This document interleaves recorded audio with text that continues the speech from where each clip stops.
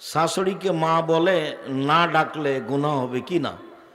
মা বলে না ডাকলে গুনাহ হবে কেন? মা বলে ডাকাই ভালো, আম্মা বলে ডাকাই ভালো। এই সম্মান যেটা চলে আসছে আগে থেকে, এটাই ঠিক আছে। কেউ যদি বলে মা বলা যাবে না, নিজের মা ছাড়া কারো মাকে মা বলা যায় না, ওটা ভুল বলেছ। মানে স্বীকৃতি দেওয়া যায় না, নিজের মা ছাড়া অন্য মাকে মা বলে স্বীকৃতি দেওয়া যায় না। আমাকে যদি জিজ্ঞাসা করে তোমার মার নাম কি, তখন কি আমি শাশুড়ির নাম বলবো? তাহলে এটা আমি সম্মান দিয়ে বলেছি, বলা যায়, কোনো সমস্যা নেই। ফরজ গোসল না করলে কি রান্না করা যায়? জি যায়, খুব রান্না করা যায়, কোনো সমস্যা নেই। অজু করে করবেন, ঠান্ডা লাগলে তায়াম্মুম করে রান্না করবেন, বেগুন তুলে নিয়ে আসবেন, শিম ছিঁড়ে নিয়ে আসবেন, যা কাজ আছে করেন। সলাত আদায় করবেন না, বাস। কোরআন তেলাওয়াত করবেন না, এই দুইটা। একজন স্ত্রীর যদি সুস্থতা অবস্থায় থাকে এবং তার স্বামী যদি সহবাসের জন্য বলে, সে যদি না রাজি হয় তাহলে তার স্ত্রীর গুনাহ হয়। তবে যদি তার স্বামীকে তার স্ত্রীর ইচ্ছা পোষণ করে সে যদি না রাজি হয় তাহলে গুনাহ হয় কি না? এইভাবে আল্লাহ রসুল বলেননি, স্বামীর কথাটা আল্লাহ রসুল বলেছেন। তুমি যেটা ঘুরিয়ে পেঁচিয়ে ধরলে, এইটা আল্লাহ রসুল বলেননি। ওইদিকে গিয়ে কোনো লাভ নেই। স্ত্রীকে স্বামী ডাকলে তাকে সাড়া দিতে হবে, নইলে স্ত্রী গুনাহগার হবে, এই কথা আল্লাহ রসুল বলেছেন। এই পর্যন্ত থাকি। গরু ভাগায় আঁকিকা চলবে কি? ভাগাতে কুরবানিও চলে না, ভাগাতে আঁকিকাও চলে না।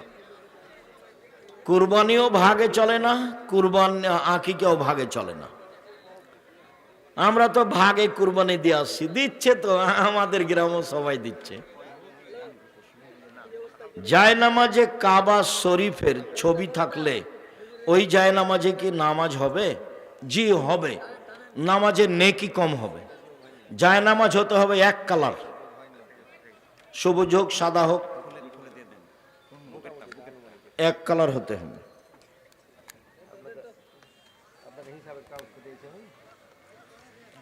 অজু ছাড়া কোরআন পড়া যাবে কি না? জি যাবে, অজু ছাড়া কোরআন মাজিদ পড়া যাবে, কোনো সমস্যা নেই। ইস্তেখারার সঠিক নিয়মটা বলেন।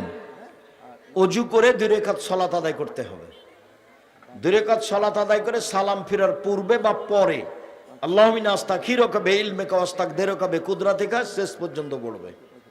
আর যেখানে নামের উল্লেখ আছে, নাহলে শেষে বলবে যে আমি এই জন্য সালাতুল ইস্তেখারা পড়লাম, এটা বলে শুয়ে যাবে।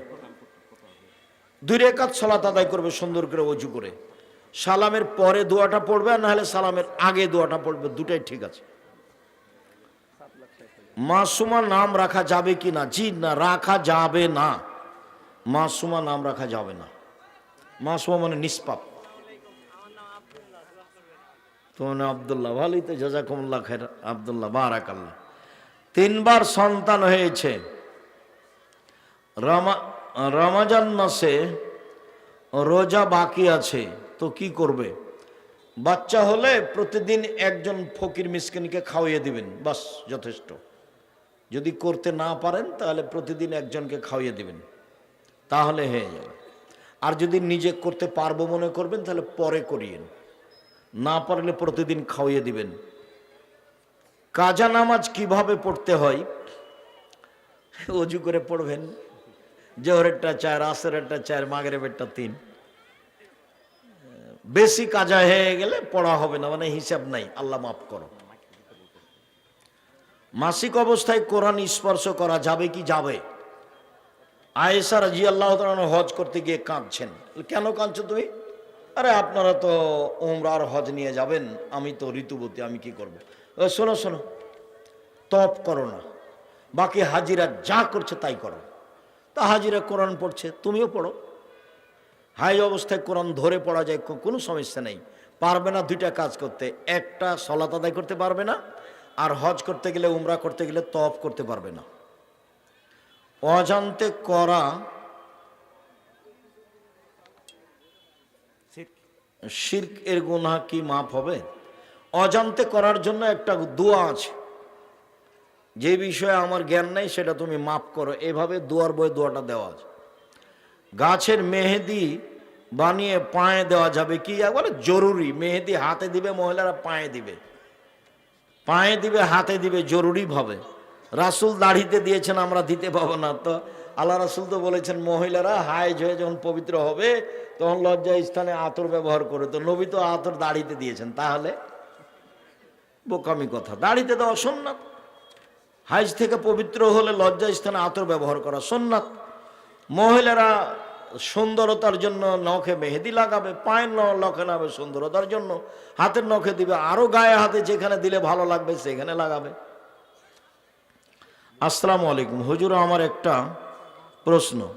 কুকুর বা ছবি মূর্তির মতো দ্বারের ঘরের ভিতরে বিড়াল থাকলেও কি রহমতের ফেরেশতা ঘরে প্রবেশ করবে না? জি না, বিড়ালের ব্যাপার আল্লাহ রাসূল কিছু বলেননি, কুকুরের ব্যাপারে বলেছেন। বিড়াল তো থাকবে, বাড়িতেই থাকে। আসসালামু আলাইকুম শেখ, আমরা গ্রামের মানুষ, বাড়িতে টিউবওয়েলেই অনেক সময় দাঁড়িয়ে এক হাত দিয়ে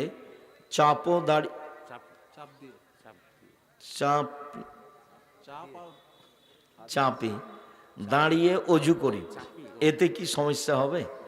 হ্যাঁ, কোনো সমস্যা নেই। দাঁড়িয়ে উজু করেন এক হাত দিয়ে চেপে, ওই সিরিয়াল ধোয়া যেন সিরিয়াল থাকে, দাঁড়িয়ে উজু করাতে কোনো সমস্যা নেই। আসসালামু আলাইকুম প্রিয় ওস্তাদ, আল্লাহর জন্য আপনাকে ভালোবাসি। জনৈক বক্তা বলেন হাত তুলে দোয়াতে যে আল্লাহ আমাদের সবটুকু নবী করিম সাল্লাল্লাহু আলাইহি সাল্লামের রওজা মোবারকে পৌঁছিয়ে দাও। এটাই কতটুকু সত্য? একেবারেই মিথ্যে, ডাহা মিথ্যে। রওজা মোবারকে আমার সব পৌঁছে দেওয়ার কোনো দরকার আছে? রাসূলের সওয়াবের অভাব হয়েছে? আমি নিজে বিপদে পড়ে আছি, আমি একেবারেই বোকামি কথা। রাসূলের জন্য দুরূদ পড়তে হবে। রাসূলের জন্য কি পড়তে হবে? দুরূদ পড়তে হবে। আর আজানের পরে ওই দোয়া পড়তে হবে, আল্লাহুম্মা রাব্বা হাযিহিদ দাওয়াতিত তাম্মা। আসসালামু আলাইকুম। আর কিছু দিয়েন না। প্রিয় শায়েখ, নামাজ রোজার মতো পর্দা করা কি ফরজ? জি, পর্দা ফরজ, ফরজে আইন, ফরজ, একবারই জরুরি। আমাদের এলাকার মহিলাদের পর্দার প্রতি কোনো খেয়াল নেই। আমাদের এলাকার মহিলারা তো গোটা গ্রামের লোকই নাকি তার ভাই, গোটা গ্রামের লোকই নাকি চাচা, একেবারে নোংরামি নীতি। এইটা বন্ধ করতে হবে। আমরা যখন প্রথমে গ্রামে এসেছি, আব্দুল্লাহর আম্মা এসেছে, তখন আমার চাচারা বাড়িতে ঢুকলে চট করে ঘরে ঢুকে যেত। তখন গ্রামের চাচারা খুব খেপে যেত, খেপতে খেপতে এখন ঠিক হয়ে গেছে, এখন আর কিছু বলে না। তো এই নিজেকে চেষ্টা করতে হবে, তাহলে সহজ হবে। দিতেই হবে, এটা বাপের জিম্মেদারি, এটা কুরবানি নয়। দিলেও চলে, না দিলেও চলে, কুরবানি নেকির কাজ। আকিকা বাপের জিম্মেদারি, কুরবানি নেকির কাজ। কুরবানি মানে চোখ ঠিকঠাক আছে কিনা দেখো, পা ঠিকঠাক সুন্দর আছে কিনা দেখো, দাঁত উঠেছে কিনা দেখো, কান সুন্দর আছে কিনা দেখো, লেজ ঠিকঠাক আছে কিনা দেখো, মোটা তাজা কিনা দেখো, গ্রামে ফকির মিসকিন আছে কিনা দেখো। কুরবানি মানে নেকি। কুরবানি মানে এই এই এই এতগুলোর নাম কুরবানি। আকিকা মরা হোক, আধা মরা হোক, কানা হোক, ল্যাংড়া হোক, 2 দিনের হোক, মানে মরছে এখন মরবে, তাকে দিলেও চলবে, খালি জান আছে। এটা হলো বাপের জিম্মেদারি। সপ্তম দিনের দিন দিতেই হবে, কর্জ করে দিতে হবে, প্রয়োজনে ভিক্ষা করে দিতে হবে। এটা হলো উপার্জনের সবচেয়ে নিম্ন পর্যায়ের স্তর, সবচেয়ে সুন্দর স্তর ব্যবসা। তারপরেরটা জমি চাষ, তারপরেরটা চাকরি, তারপরেরটা দিনমজুরি, আর শেষে আছে ভিক্ষা। আসছে এক পর্যায়ে এই ছেলে মেয়েকে ভিক্ষা করে পড়াতে হবে। আসছে, দেখেন, আপনাকে আমি প্রমাণ দেখিয়ে ছাড়ব। শুনুন সম্মানিত দিনী ভাই বোন, ছেলে মেয়েকে শিষ্টাচার শিখাতে হবে। শিষ্টাচার কি জিনিস? শুধু নাম শুনেছি শিষ্টাচার, কোনোদিন বুঝিনি কাকে শিষ্টাচার বলে। লন্ডনের একটা বড় জায়গা আছে বার্মিংহাম।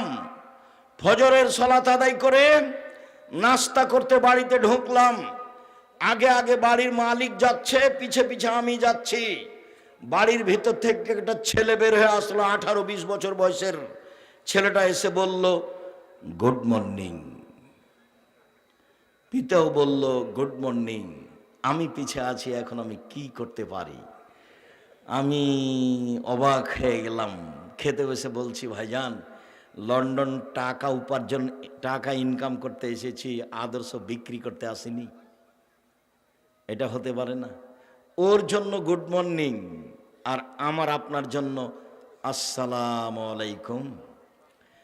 1 কোটি গুড মর্নিং এক পাল্লায় দেন, আর একটা আসসালামু আলাইকুম এক পাল্লায় দেন, দেখি কোনটা ভারী হয়।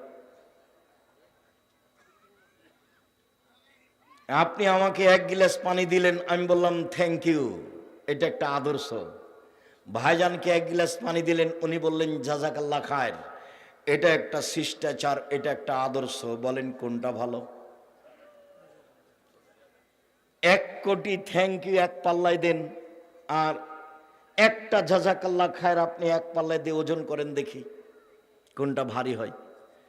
জাযাকাল্লাহ খায়ের আল্লাহর পক্ষ থেকে জিবরাইলের মাধ্যমে মুহাম্মদ সাল্লাল্লাহু আলাইহি ওয়াসাল্লামের মাধ্যমে আমাদের কাছে এসেছে, আর থ্যাংক ইউ মানুষে বানিয়েছে। দুটো সমতা হতে পারে? কোনোদিন হবে না। ছেলে মেয়েকে আদর্শ শিখিয়ে দিল, শিষ্টাচার।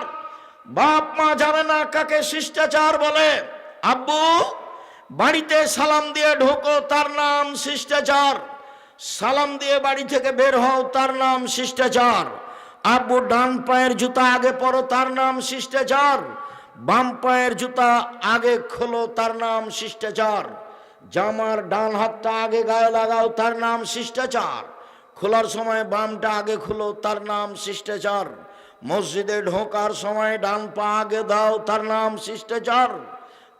বাম পা পরে দাও, তার নাম শিষ্টাচার। ডান কাতে ঘুমাও, তার নাম শিষ্টাচার। রাস্তায় মানুষ পড়লে তাকে সালাম দাও, তার নাম শিষ্টাচার। পেশাব পায়খানায় ঢুকলে দোয়া পড়ে ঢোকো, তার নাম শিষ্টাচার। বের হয়ে আসলে দোয়া পড়ে বের হয়ে আসো, তার নাম শিষ্টাচার। দরজা বন্ধ করলে বিসমিল্লাহ বলো, তার নাম শিষ্টাচার। খাবারের পাতিল সময় বিসমিল্লাহ বলো, তার নাম শিষ্টাচার। পাতিলের এক পাশ থেকে ভাত তরকারি উঠাও, তার নাম শিষ্টাচার। বাচ্চারা এক পাশ থেকে খাবে, তার নাম শিষ্টাচার। ডান হাতে খাবে, তার নাম শিষ্টাচার। বাম হাতে পেশাব পায়খানা করার পরে পানি খরচ করবে, তার নাম শিষ্টাচার। শিষ্টাচার কাকে বলে? ইসলামে 1 গিলাস পানি পান করলে 5টা শিষ্টাচার লাগে। অবাক ধর্ম। এর আগে ছিল যেটা, সেটার নাম জাহেলিয়াত, আর এখন যেটা এসে সেটা ইসলাম। 1 মিনিট, এই ছেলে, কোনো কাজ আমাকে দেখায়ও না। জাহেলিয়াত দেখাচ্ছি তোমাকে, আর ইসলাম দুইটা মুখামুখি। জাহেলিয়াত আল্লাহ বলছে ওয়াকারনা ফি বুয়ুতিকুন্না ওয়ালা তাবাররুজনা তাবাররুজাল জাহেলিয়াতিল উলা। হে মুসলিম মহিলা, তোমরা বাড়িতে থাকো। বন্যতার যুগে, বর্বরতার যুগে, অসভ্যতার যুগে, জাহেলিয়াতের যুগে মেয়েরা যেভাবে প্রদর্শন দিয়ে চলতো, ভ্যানিটি ব্যাগ ঘাড়ে করে, সেভাবে তোমরা চলো না। আল্লাহ বলছেন এটা জাহেলিয়াত। এখন ইসলাম চলে এসেছে, এটা চলবে না।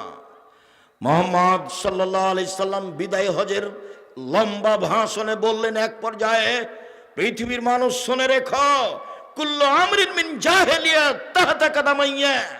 জাহেলিয়াতের যুগের যত নিয়ম কানুন ছিল, জাহেলিয়াতের যুগের যত কৃষ্টি কালচার ছিল, জাহেলিয়াতের যুগের যত আদব কায়দা ছিল, সব আমি মুহাম্মদ সাল্লাল্লাহু আলাইহি ওয়াসাল্লাম 2 পায়ের নিচে রেখে দিলাম। জাহেলিয়াতের যুগের কোনো কৃষ্টি কালচার, শিষ্টাচার চলবে না। শুনে রাখো জনগণ, और रेबा मिन আমরিল জাহেলিয়া, সুদ হচ্ছে জাহেলি প্রথা। আমি সুদ জাহেলি প্রথাকে পায়ের নিচে রেখে দিলাম। সর্বপ্রথমে সুদ মওকুফ ঘোষণা করলাম আমার চাচার। আমার চাচা জনগণের কাছে হাজারো লাখ কোটি টাকা সুদের পায়।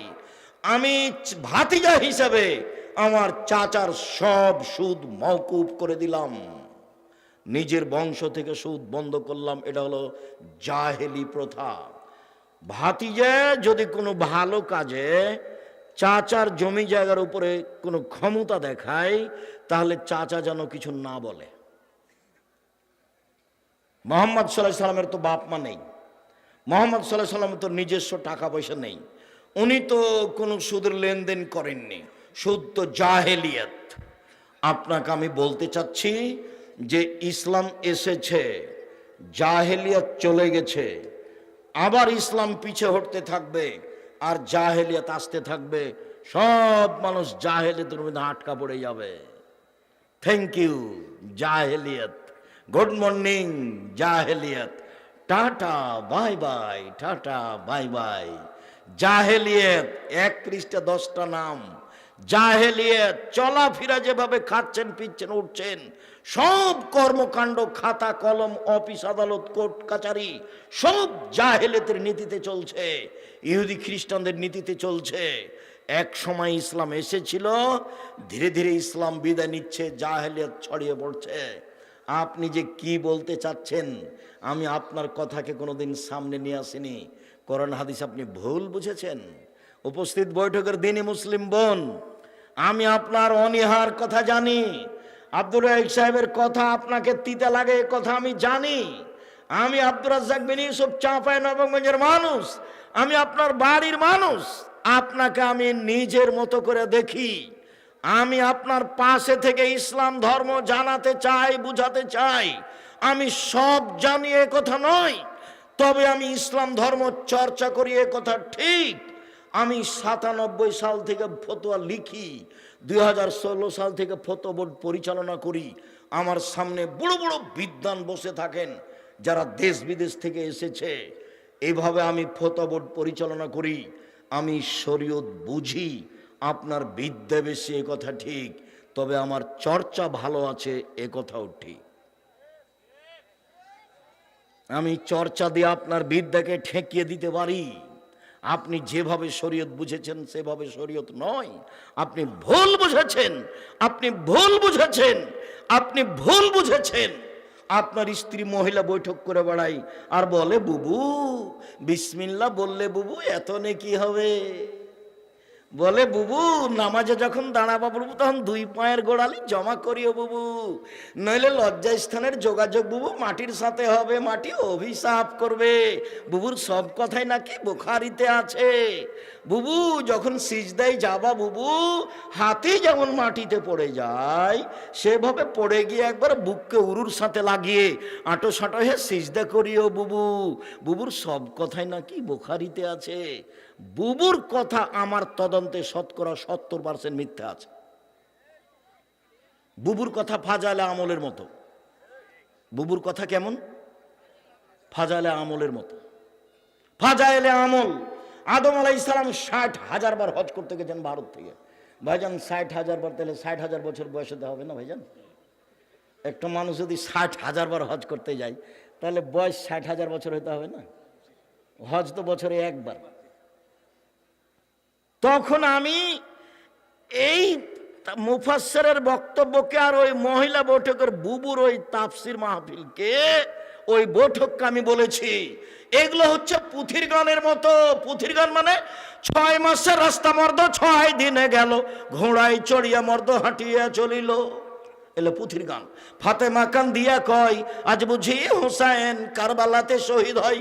ফাতেমা কান দিয়া কয় আজ বুঝি হোসাইন কারবালাতে শহীদ হয়।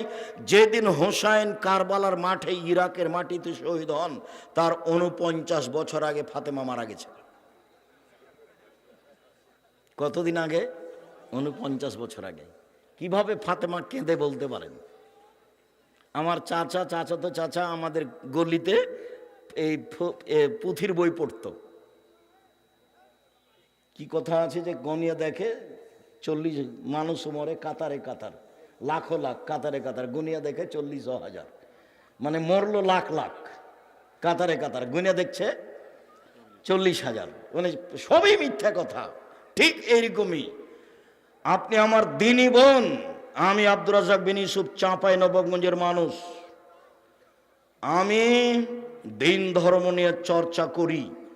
আল্লাহ আমাকে এই বিষয়ে একটা ভালো স্থানে রেখেছেন। দেশের সবচেয়ে বড় প্রতিষ্ঠান পরিচালনা করি আলহামদুলিল্লাহ।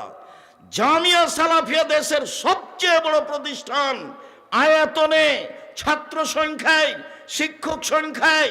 শিক্ষক মানে শিরক মুক্ত প্রতিষ্ঠান জামিয়া সালাফিয়া, বিদআত মুক্ত প্রতিষ্ঠান জামিয়া সালাফিয়া, দল মুক্ত প্রতিষ্ঠান জামিয়া সালাফিয়া, সংগঠন মুক্ত প্রতিষ্ঠান জামিয়া সালাফিয়া, হিংসা মুক্ত প্রতিষ্ঠান জামিয়া সালাফিয়া। 100 জন শিক্ষক এক জায়গাতে বসলে একজন আরেকজনের বিরুদ্ধে মুখ খুলতে পারবে না, মুখ খোলাই নিষেধ। কেউ কাউকে বলতে পারবে না আমার সাথে আসেন। দল সংগঠনের কথা মুখ দিয়ে বের করা নিষেধ। ছাত্র শিক্ষক সবাই একই, একমাত্র জেহেনটা খালি করে, মস্তিষ্ক খালি করে আল্লাহকে সন্তুষ্ট করার জন্য মাঠে থাকতে হবে, ইবাদতে থাকতে হবে। আব্দুর রাজ্জাক সাহেবকে শ্রদ্ধা করি, কোরআন হাদিসের কথা বলে, সেই জন্য। একদিন দেখছি বাম হাতে পানি খাচ্ছে, তখনও কি শ্রদ্ধা করব? জি না, এটা অসম্ভব হতে পারে না। আর আব্দুর রাজ্জাক সাহেবকে সম্মান করি, অনুসরণ করি না। অনুসরণ পৃথিবীতে একটা মানুষকে করি, যার নাম মুহাম্মদ সাল্লাল্লাহু আলাইহি সাল্লাম, যার কথাতে 1 গিলাস পানি পান করলে 5টা বিধান লাগে। 1 ডান হাত, 2 বিসমিল্লাহ, 3 বসে, 4 3 শ্বাসে, 5 পান শেষে আলহামদুলিল্লাহ। 1 গিলাস পানি পান করলে 5টা শিষ্টাচার লাগে। আবু মুসা আশআরী রাদিয়াল্লাহু তাআলা আনহু বলেন, রাসূল সাল্লাল্লাহু আলাইহি সাল্লাম বললেন, মান কানাত লাহু ওয়ালিদা, কারো যদি একটা কাজের মেয়ে থাকে, নিজের মেয়ে থাকে, ফাআল্লামাহা, তাকে বিদ্যা শিখিয়ে দিল, ফাসানা তালিমাহা, সুন্দর বিদ্যা শিখিয়ে দিল, ওয়াদ্দাবাহা, শিষ্টাচার শিখিয়ে দিল, ফাসানা তাদিবাহা, সুন্দর শিষ্টাচার শিখিয়ে দিল, এই পিতা ডবল নেকি পাবে। শুনুন, আবু হুরায়রা রাদিয়াল্লাহু তাআলা আনহু বলেন, রাসূল সাল্লাল্লাহু আলাইহি সাল্লাম বলেছেন, যার 2টা মেয়ে আছে, 3টা মেয়ে আছে, ফাআল্লামাহুন্না, মেয়েদেরকে বিদ্যা শিখিয়ে দিল, ওয়া আদ্দাবাহুন্না, মেয়েদেরকে শিষ্টাচার শিখিয়ে দিল, ওয়া যাওয়াজাহুন্না, মেয়েদের বিবাহ দিয়ে দিল, ওয়া আহসানা ইলাইহিন্না, তাদের সাথে ভালো আচরণ করলো, সেই পিতার আমি মুহাম্মদ সাল্লাল্লাহু আলাইহি সাল্লাম জান্নাতে একসাথে থাকবো। এভাবে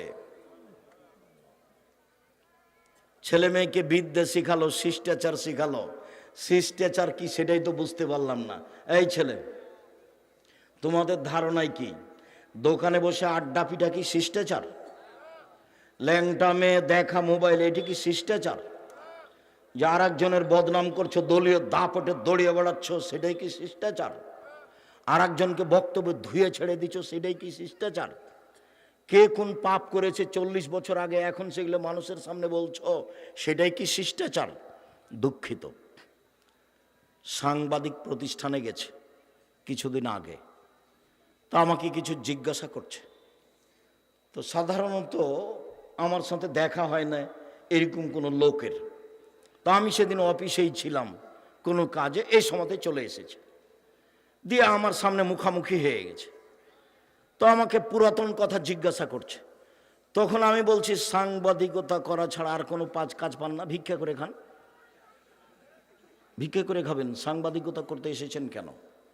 আপনি জানেন না যে আল্লাহর নবী বলেছেন, মান সাতারা মুসলিমান সাতারাহুল্লাহু ফিদ্দিন ওয়াল আখিরা, কেউ যদি কারো দোষ ত্রুটি ঢেকে রাখে, আল্লাহ বিচারের মাঠে তার দোষ ত্রুটি ঢেকে রাখবে। আর আপনি আমাকে পুরাতন কথা জিজ্ঞাসা করেন, মানে কি বুঝাতে চান? ভিক্ষে জুটে না, কেউ ভিক্ষে দিবে না। এখানে এসেছেন কেন? 1 মিনিট, এই ছেলে এদিকে দেখো। আমার দিনী বোনেরা, একটু ধৈর্যের পরিচয় দেন। হ্যাঁ করে তো কিছু এসেছে, কিছু তো গেছে। দেবরের সাথে এসেছে, ভাসুরের সাথে গেছে। জবাব তো আমি দিব না, জবাব ওর স্বামী দিব, ওর বাপ দিবে। গল্প করতে করতে এসেছে, গল্প করতে করতে গেছে। কি শিষ্টাচার জীবনের ছেলে মেয়েকে শোনালেন। এদিকে দেখ, বিচারের মাঠে আল্লাহ একজন ব্যক্তিকে এইভাবে তার বাহু দিয়ে আড় করে নেবেন, ঢেকে নেবেন আল্লাহ নিজে, দিয়ে তার আমলনামাটা তার সামনে তুলে ধরবেন এইভাবে। দেখো তো, চিনতে পারো কি এইগুলো পাপ কার? হ্যাঁ চিনতে পারছি, এগুলো আমার পাপ। তুমি কি মনে করো আমার ফেরেশতারা এগুলো অন্যায় লিখেছে? না না না না না, আমি মনে করিনি এগুলো অন্যায় লিখেছে। তুমি কি আমাকে কিছু বলতে চাও? জি না, আমি আপনাকে কিছু বলতে চাই না। আল্লাহর সাথে মুখামুখি কথা হচ্ছে। তখন আল্লাহ বলবেন, শোনো, তুমি মানুষের দুনিয়াতে মানুষের দোষ ত্রুটি ঢেকে রেখেছিলে, আজকে আমি আল্লাহ তোমার পাপ ঢেকে রাখতে পারি না? যে পাপ তোমাকে দেখালাম সে পাপ আমি মাফ করে দিলাম, মুছে দিলাম, তুমি জান্নাতে যাও। তুমি মানুষের দোষ ত্রুটি ঢেকে রেখেছিলে, সেই জন্য আমি তোমার দোষ ত্রুটি আজ কাউকে দেখতে দিব না। আর দল সংগঠনের গতি বিধি চরিত্র বৈশিষ্ট্যই হচ্ছে আর একজনের পিছনে লাগা। ও ছাড়া বাঁচতেই পারবে না। ও যদি বলে যে আমি মুখ খুলি না কারো বিরুদ্ধে, তাহলে মিথ্যা কথা হয়ে যাবে। কারো কথা আমি নাম নিনে, মোহাম্মদ সাল্লাল্লাহু আলাইহি ওয়াসাল্লাম বলছেন, পৃথিবীর মানুষ শোনো, আমি যখন বাড়ি থেকে বের হই তখন তোমরা কারো খারাপ কথা আমার সামনে বলতে পারবে না। আমি তখন ওই লোকটার ব্যাপারে খারাপ ধারণা করব, এটা আমি চাই না। পৃথিবীর মানুষ শোনো, আমি জানি আব্দুল্লাহ বিন উবাই বিন সলুল সবচেয়ে বড় মুনাফিক। আমি তাকে কোনোদিন নিজের কাছ থেকে বের করে দিইনি, আমি তার কোনোদিন বদনাম করিনি, আমি বের করে দিইনি। এই জন্য জনগণ বলবে যে মোহাম্মদ নিজের লোককে বের করে দেয়। হাদিস বুখারী মুসলিম। কি করলেন জীবনে? না নিজে কিছু শিখলেন, না ছেলে মেয়েকে কিছু শিখালেন, না নিজে কিছু হালাল উপার্জন করলেন, না ছেলে মেয়েকে হালাল উপার্জনের কিছু শিখালেন, না নিজে কিছু শিষ্টাচার শিখলেন, না ছেলে মেয়েকে শিষ্টাচার শিখালেন। জীবনটা একবারে সোলানায় মিছের মতো হয়ে গেল। সম্মানিত দিনী ভাই বোন, রাসূল সাল্লাল্লাহু আলাইহি ওয়াসাল্লাম বলছেন, এবার শক্ত অবস্থানে যাচ্ছি, দেখেন শুধু পিতা এখন চলছে। আল্লাহ রাসূল বলছেন, আনফিক আলাইক মিন তাওলিক, পৃথিবীর মানুষ, তুমি তোমার ছেলে মেয়েকে গড়ে তুলো, শিক্ষিত করো তোমার উপার্জিত সম্পদ দিয়ে। তোমার উপার্জিত সম্পদ মানে তোমার বাপের জমিদারি দিয়ে ছেলে মেয়েকে পড়াও, নইলে তুমি ব্যবসা করে ছেলে মেয়েকে মানুষের মতো করো, নইলে তুমি জমি চাষ করে ছেলে মেয়েকে মানুষের মতো মানুষ করো, নইলে তুমি মানুষের বাড়িতে কাজ করে করো, নইলে তুমি ভিক্ষে চেয়ে ছেলে মেয়েকে পড়াও। তোমার ছেলে ভিক্ষে চাইতে পাবে না, আপনার মেয়ে গার্মেন্টসে যেতে পাবে না, আপনার ছেলে টোকাই হতে পাবে না। 25 থেকে 30 বছর পর্যন্ত, শেষ পর্যন্ত ভিক্ষা কে করবে বলেন তো? পিতা, বাপ করবে, ছেলে মেয়ে করবে না। 25 থেকে 30 বছর পর্যন্ত ছেলেটাকে মানুষের মতো মানুষ করে গড়ে তুলতে হবে, তারপরে পয়সা উপার্জন। আপনাকে এই সিদ্ধান্ত আগেই তাড়াতাড়ি কে দিল? আপনি একটা পরিবারকে কবর দেওয়া পিতা, আপনি একটা অশিক্ষিত পিতা, জাতির জন্য ক্ষতি করেছেন, নিজের ক্ষতি করেছেন, সমাজের ক্ষতি করেছেন। সব অন্যায় আপনার ছেলে মেয়ে করে বেড়াচ্ছে। দুঃখিত, সব সময় আল্লাহকে বলেন, আল্লাহ আমি ছেলে মেয়ে মানুষ করতে চাচ্ছি জাতির জন্য, তোমাকে সন্তুষ্ট করার জন্য, আমি নিজের জন্য করতে চাই না। এভাবে বলেন, চলেন। পরের হাদিস, এই হাদিসের চেয়ে আরো শক্ত অবস্থানে এই হাদিসের পরের বাক্য আছে, আল্লাহ তারফা আসাকা আদাবান, লাঠিটা পরিবারের উপর থেকে উঠিয়ে নিও না ছেলে মেয়ের উপর থেকে।